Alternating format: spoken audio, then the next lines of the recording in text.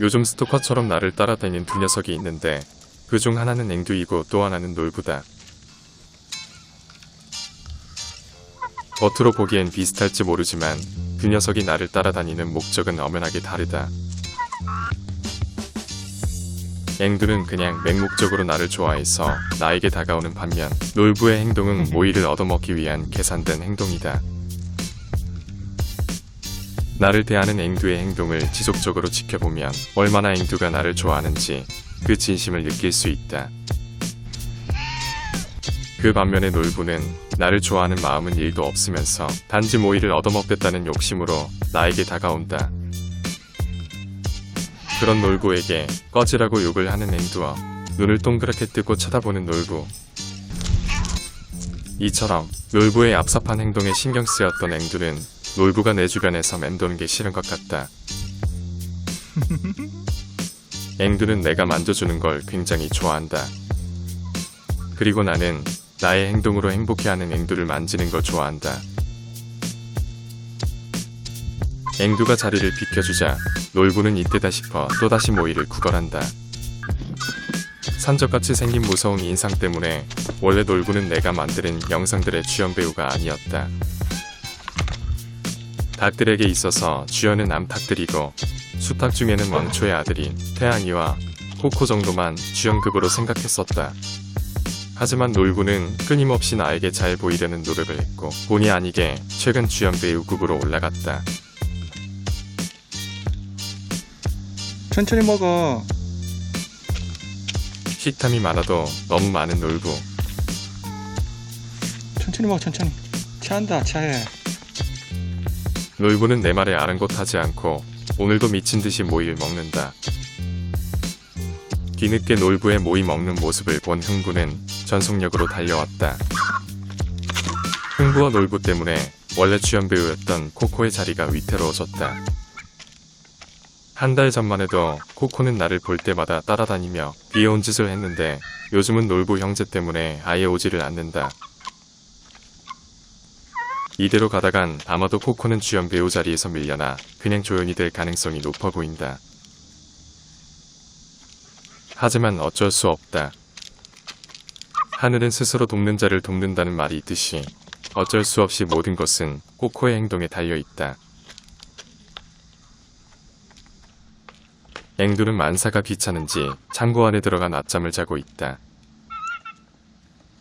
그런데 앵두도 주연 배우가 되기 위해 어린 시절 노력을 많이 했었다. 하지만 앵두가 했던 그 많은 노력들을 포도는 하지 않았기에 포도는 지금 주연 배우가 되지 못한 것이다. 이제 이곳 작은 숲속 농장의 최고의 주연 배우가 된 앵두의 자리는 너무나 확고해졌고 또 팬들도 많이 생긴 듯하다. 흥부와 놀부도 지금처럼 계속해서 노력하다 보면 언젠가 확고한 주연 배우가 될지도 모르겠다. 며칠 전부터 뱀을 잡기 위해 트랩을 설치했지만 녀석은 오지 않고 있다. 얼마 전 조이가 8개의 알을 품고 있었는데 하룻밤 사이에 8개의 알이 한꺼번에 사라진 일이 있었다. 범인은 쥐가 아니면 뱀이라고 생각했는데 시간을 두고 곰곰이 생각해보니 쥐는 아니라는 결론을 내렸다. 쥐의 소행이라면 알이 있던 주변에 깨진 껍질이 있어야 했고 그리고 한 번에 8개를 다 먹지 못할 거란 생각에서다. 그리고 결정적으로 내가 그 뱀을 닭장 인근에서 봐버렸다. 한꺼번에 계란 8개를 먹어치울 만큼 녀석의 덩치는 컸고 또 기분 나쁘게 생겼다.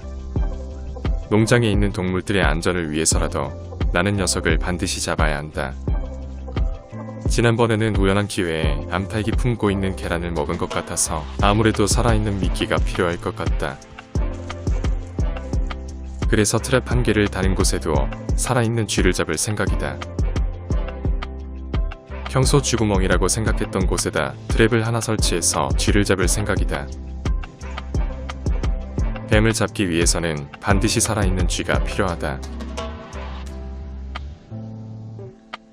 제일 이상적인 시나리오는 앵두가 그 뱀을 발견해서 죽여주는 것이다. 지난번 앵두와 포도가 협력해서 뱀과 싸웠듯이 이번에도 앵두가 그렇게만 해준다면 너무 좋을 것 같다. 이런 내 마음을 아는지 모르는지 앵두는 계속해서 꾹꾹이를 하고 있다. 지금 이럴 때가 아니라 닭장 주변에 순찰을 돌면서 뱀을 잡아줘야 되는데 배가 부른 앵두는 그럴 마음이 없어 보인다. 오히려 날이 갈수록 더 스토커처럼 나와 떨어지지 않으려고 하고 틈만 나면 갖은 애교를 부린다. 때마침 흥부가 나를 찾아왔다. 요즘 흥부와 놀부는 틈만 나면 모이를 얻어먹기 위해 나를 찾아온다. 흥부는 놀부보다 잘생기고 깃털 색깔도 이쁘지만 주연 배우가 되기에 2%가 부족하다. 이 바닥에서 성공하려면 집사의 간택을 받아야 하는데 흥부는 놀부보다 집사와의 교감이 부족하기 때문이다. 멀리서 놀부가 튀어온다.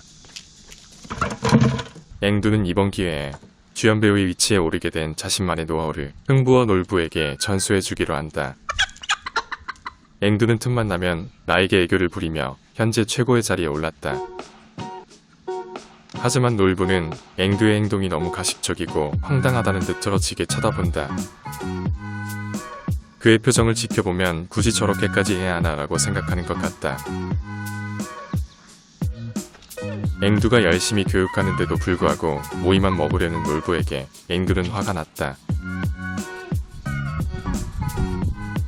잠시 뒤 나는 교육에 효과가 있는지 확인도 해볼 겸 놀부의 몸을 만져보기로 한다. 하지만 놀부는 그냥 내 손을 무시한 채 떠나버린다. 아무리 생각해도 앵두만한 녀석은 어디에도 없는 것 같다. 다음날 놀부가 다시 찾아왔다. 나는 놀부의 구레나룻을 만져보기로 한다. 놀부의 구레나룻은 삼국지에 나오는 장비에 그것처럼 아주 멋지게 자랐다. 왜 이렇게 틀이 많냐?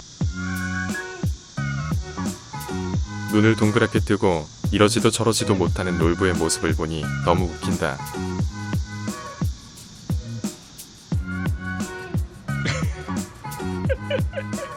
모이 한번 얻어먹으러 왔다가 봉변을 당하는 놀부.